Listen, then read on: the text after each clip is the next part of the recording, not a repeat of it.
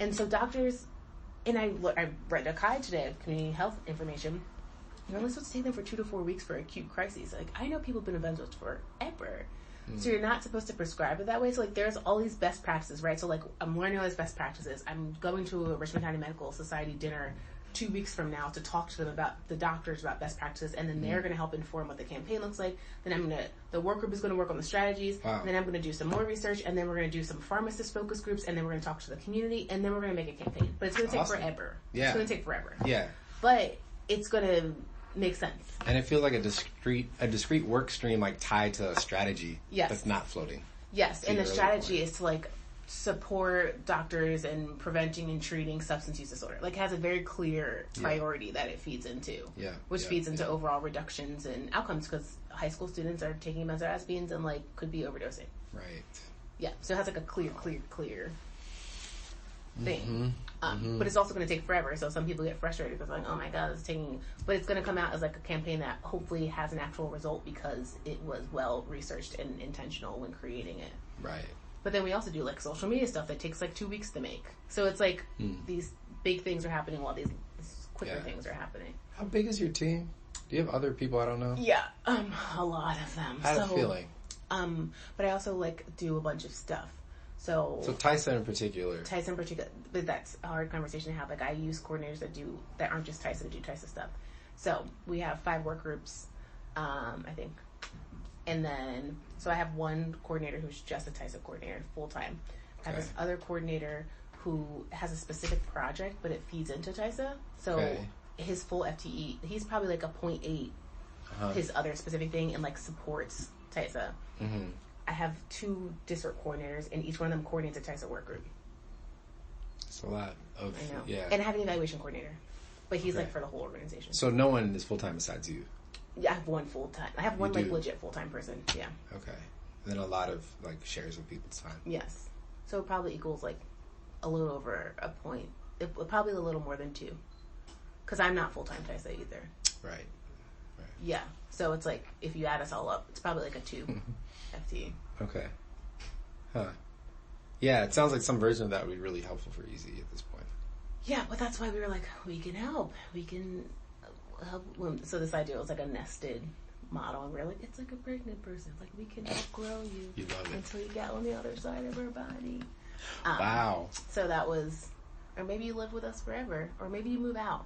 Okay. So that was kind of what the recommendation was. But again, transparency for that model was Adrienne is a white woman, and it felt like Easy could not live under her because she's white.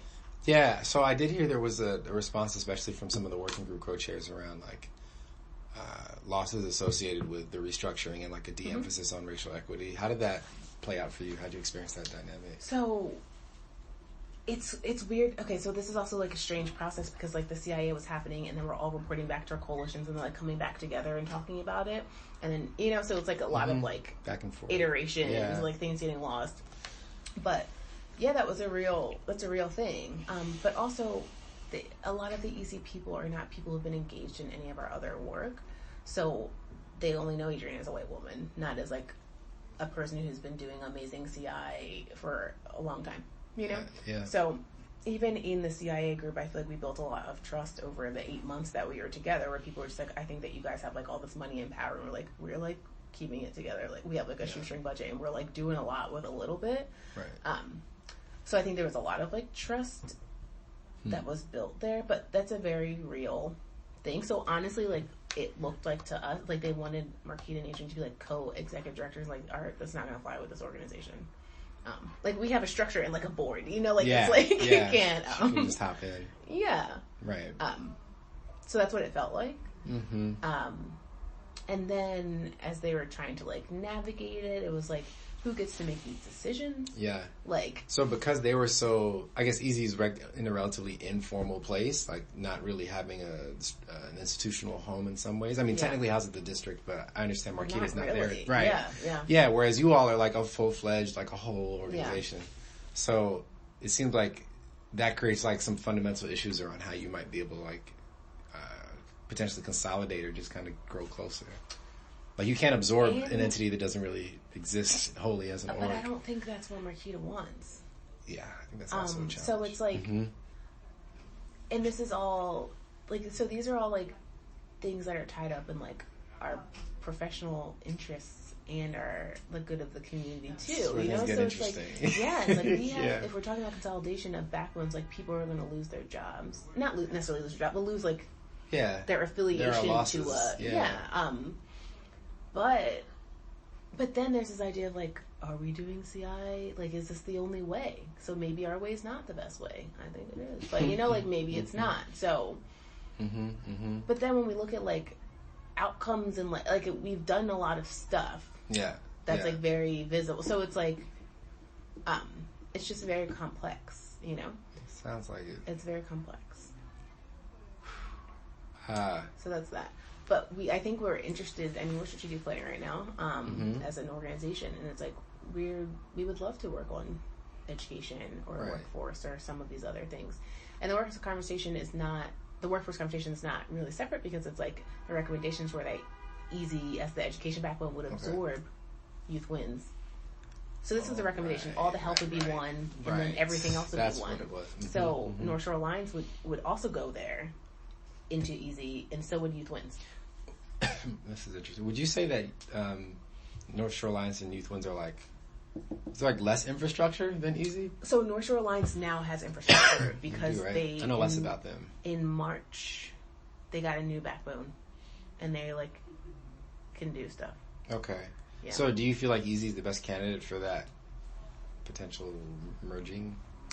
I think that why we all thought that it was exciting for Easy is because like the organizing structure was really great. So like this like pre-K to 12 is like in a phenomenal framework because we're all working on like something. Yeah. Either bookending that or like right through that trajectory. So when you're deliberating with the group, that made sense to you at the time. It's like cradle to career. It's not exactly, but we were like, oh, this is the beginning of a cradle to career model. So we were putting everything else on the bookends. So that's why it was so exciting. Yeah, that makes sense. Yeah, so it's not the existing infrastructure. It is the proposed structure that we liked, that everyone likes about Easy. But even now, it's like very much about transitions. It's not exactly what. Yeah. We're like, so I was like, we're doing this social emotional learning program in schools K-2 that's like happening through TISA, which is not in our normal age range, but it's prevention, early prevention. And I was like, this would be a nice shared strategy with like Easy. And then Betsy was like, no, that's more like North Shore Alliance. Easy is just transition. So you wouldn't work with elementary schools because that's too young. And I was like, ew, that's what you told me. So I was like, that's interesting. So it's like if all the strategies are really converging on transitional supports, not because K would be too young because you're not transitioning until 5th grade. So it's like 3rd, 4th, and 5th would be where the emphasis was, not the babies. Wouldn't that be for? Okay. You know, because it's not elementary school; it's the elementary school transition to middle school, the middle school transition to high school transition to career and beyond. Yeah. You know, which is wild. Isn't that wild? Yeah, that is not how I remember the language that we drafted, but I didn't realize that's like the effect it would have on you in practice. Think that it would either. It's like... But also it's like, who's in charge? So it's confusing because it's like, who said that? Who did that? Huh? Who decided? That's what I was like, when I heard that, I was like, I'm not sure that that's true. Yeah. But I was like, that was Betsy's interpretation.